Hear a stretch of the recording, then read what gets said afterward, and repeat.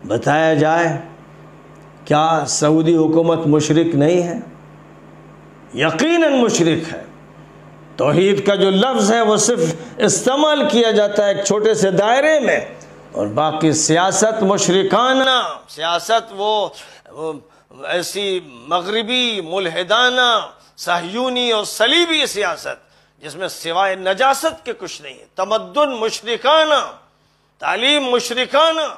جو آج صورتحال ہے کہ یہ سنی ہے اور یہ شیعہ ہے، یہ بریلوی ہے، یہ دیوبندی ہے، یہ مقلد ہے، یہ غیر مقلد ہے، یہ چنی ہے، یہ چنا ہے، یہ جاہلیت کے کندے ہیں،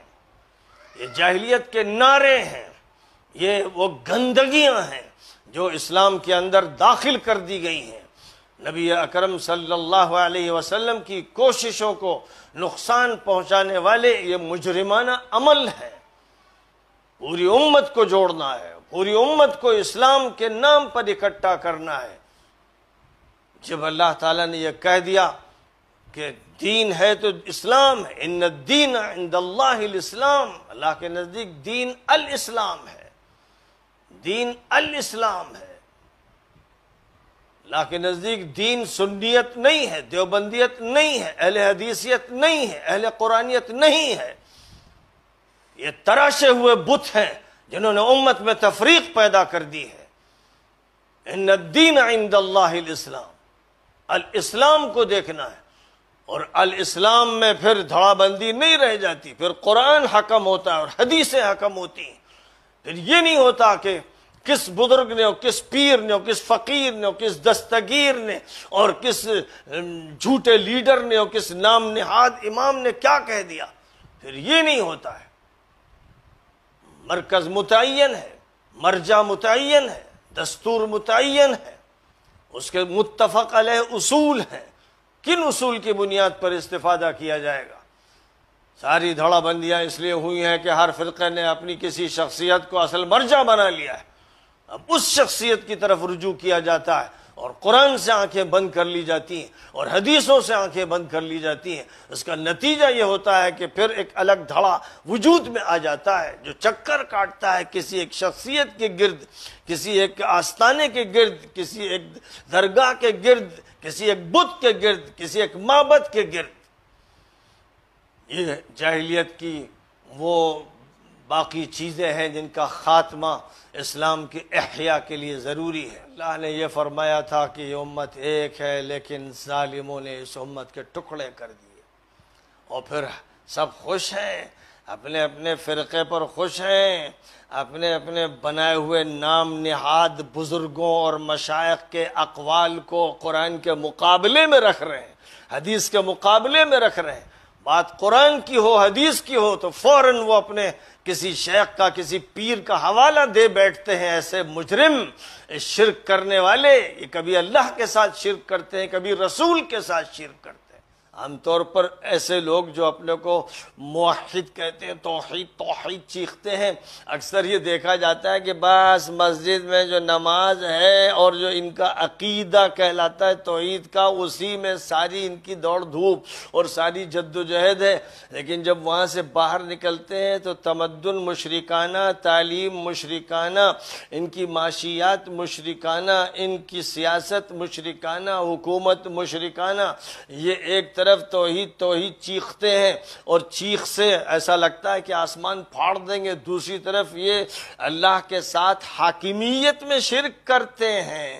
اللہ کے ساتھ نظام تمدن میں شرک کرتے ہیں، نظام تعلیم میں شرک کرتے ہیں، گلے گلے شرک کی نجاست میں ڈوبے ہوئے ہیں۔ بتایا جائے کیا سعودی حکومت مشرک نہیں ہے؟ یقیناً مشرک ہے۔ توحید کا جو لفظ ہے وہ صرف استعمال کیا جاتا ہے ایک چھوٹے سے دائرے میں، اور باقی سیاست مشرکانہ سیاست، وہ ایسی مغربی ملحدانہ صہیونی اور صلیبی سیاست جس میں سوائے نجاست کے کچھ نہیں ہے، تمدن مشرکانہ، تعلیم مشرکانہ، جو سیکولر تعلیم کے نام سے لادینی تعلیم کا نظام نافذ کیا جاتا ہے، مشرکانہ ہے۔ جن کو یہ سمجھا جا رہا ہے کہ وہ توحید کے بڑے داعی اور علم بردار ہیں، اگر ذرا تفصیل کے ساتھ جھانک کے دیکھیے تو چہرے کو انہوں نے اگر خوبصورت بنا رکھا ہے تو کپڑوں کے اندر سوائے نجاست اور غلاظت کے کچھ نہیں، ایک سنڈاس ہے جس کو لیے پھر رہے ہیں، اور وہ زیادہ خطرناک مشرک ہیں کیونکہ وہ ایسے منافق ہیں کہ انہوں نے توحید کو شرک سے اور شرک کو توحید سے گڈمٹ کر رکھا ہے۔ اور یہی صورتحال پوری دنیا میں نافذ ہے، اکثر جگہ تو کھلم کھلا شرک ہے اور صرف شرک ہے، لیکن کہیں کہیں ایسا ہے کہ توحید کو شرک کے ساتھ جوڑا گیا ہے، یعنی عطر کو سنڈاس میں ڈالنے کا کام کیا جا رہا ہے۔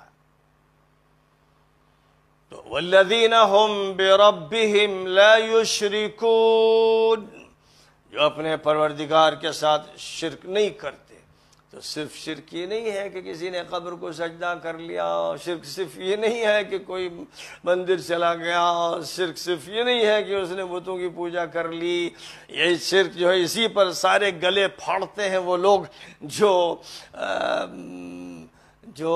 خاص طور پر ایک نقطۂ نظر رکھتے ہیں اور وہ توحید کا بڑا شور مچاتے ہیں، لیکن جب ان کو اس دائرے سے ہٹ کر دیکھیے تو بس وہ ایک سنڈاس سے نکلتے ہیں، دوسرے سنڈاس میں جاتے ہیں، پھر تیسرے سنڈاس میں جاتے ہیں، پوری زندگی مشرکانہ اور صرف زبان پر ایک قوالی توحید کی۔ یاد رکھا جائے جیسے توحید ہمگیر ہے، ایک پورا موحدانہ نظام چاہیے، عقیدہ موحدانہ، اخلاق موحدانہ، معاشرت موحدانہ، عبادات موحدانہ، معاملات موحدانہ، نظام تعلیم موحدانہ۔ اس کے مقابل میں ہے تو وہ مشرکانہ ہے یا کافرانہ ہے۔ مسلمان وہ ہیں جو مکمل طور پر توحید کے قائل ہیں، توحید پر عامل ہیں اور توحید کی ہمگیری کو سمجھتے ہیں، اور وہ شرک سے ہر جگہ، یہاں تک کہ شرک پھر رسالت سے، رسالت و نبوت میں شرکت یہ ہوتی ہے کہ رسول کا جو مقام ہے وہ کسی اور عالم کو، کسی فقیہ کو، کسی مفتی کو، کسی قاضی کو، کسی چودھری کو دے دیا جائے، اس کی بات اس طرح مانی جائے جیسے رسول کی ماننی چاہیے، تو وہ مشرک پھر رسالہ ہے۔ اکثریت کا یہی حال ہے کہ وہ مشرک فی اللہ، فی الالوہیت، فی الربوبیت ہے، یا مشرک فی نبوت و رسالت ہے۔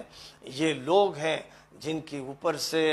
اللہ نے مدد کھینچ لی ہے، نصرت انہیں نہیں مل رہی ہے، یہ محروم ہے، انہوں نے نحوست سے دنیا کو بھر دیا ہے۔ ان کے حاکم مجرم اور عوام مجرم، جو عوام جو ان حاکموں کو مانتے ہیں اور جو مزید ان مشرک حاکموں کی پیروی کی دعوت دیتے ہیں کہ حضور نے فرمایا ان کی سنو، ان مجرموں کی سنو، ان کے سامنے سر جھکاؤ، ان کے کوڑے کھاؤ، ڈنڈے کھاؤ، زبان بند رکھو۔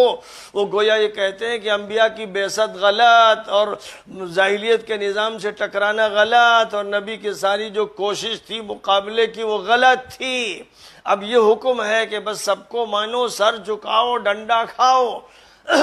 ایسے گندے، ناپاک اور ذلیل لوگ قرآن پاک اور احادیث کی تحریف کرتے ہیں، مجرمانہ تحریف، اور وہ نہ سمجھتے ہیں نہ کوئی، لفظی باتیں کرتے ہیں جن کے دماغ فیل ہو چکے ہیں۔ وہ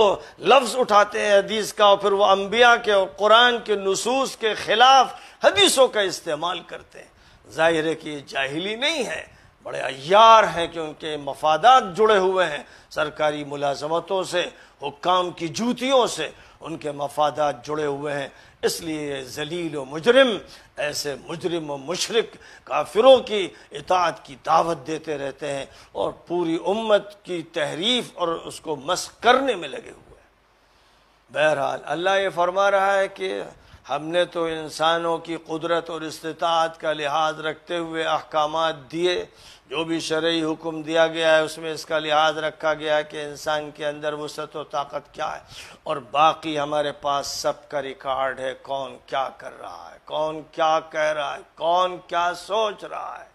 کون ہے جو امت کو توڑ رہا ہے اور پھاڑ رہا ہے، کون ہے جو اللہ کی وحدانیت اور توحید میں تحریف کر رہا ہے، کون ہے جو امت کی وحدت کو پارا پارا کر رہا ہے۔ فرمایا وَلَدَيْنَا كِتَابٌ يَنطِقُ بِالْحَقِّ، ہمارے پاس ریکارڈ ہے، ہمارے پاس نوٹ ہے، سب کی حالت نوٹ ہے، سب کی صورتحال درج ہے، اور یہ کتاب حق پر مبنی ہے، حق ریکارڈ کیا گیا ہے۔ اور پھر یہی ریکارڈ ہے جو اعمال نامے کی شکل میں ہر فرد کے سامنے آ جائے گا۔ اللہ تعالی ہمیں ہدایت کی توفیق عطا فرمائے اور اس امت کی وحدت کے مشن کو، انبیائی مشن کو لے کر آگے بڑھنے کی توفیق عطا فرمائے، اور جو امت کو بانٹ کر فرقوں میں تقسیم کر کے اس امت کو چھوٹا بناتے ہیں، اس امت کو ذلیل کرتے ہیں، خدا انہیں ذلیل کر دے، رسوا کر دے، ان کی طاقتیں توڑ دے اور ان کو کنارے کر دے۔ وآخر دعوانا ان الحمد للہ رب العالمین۔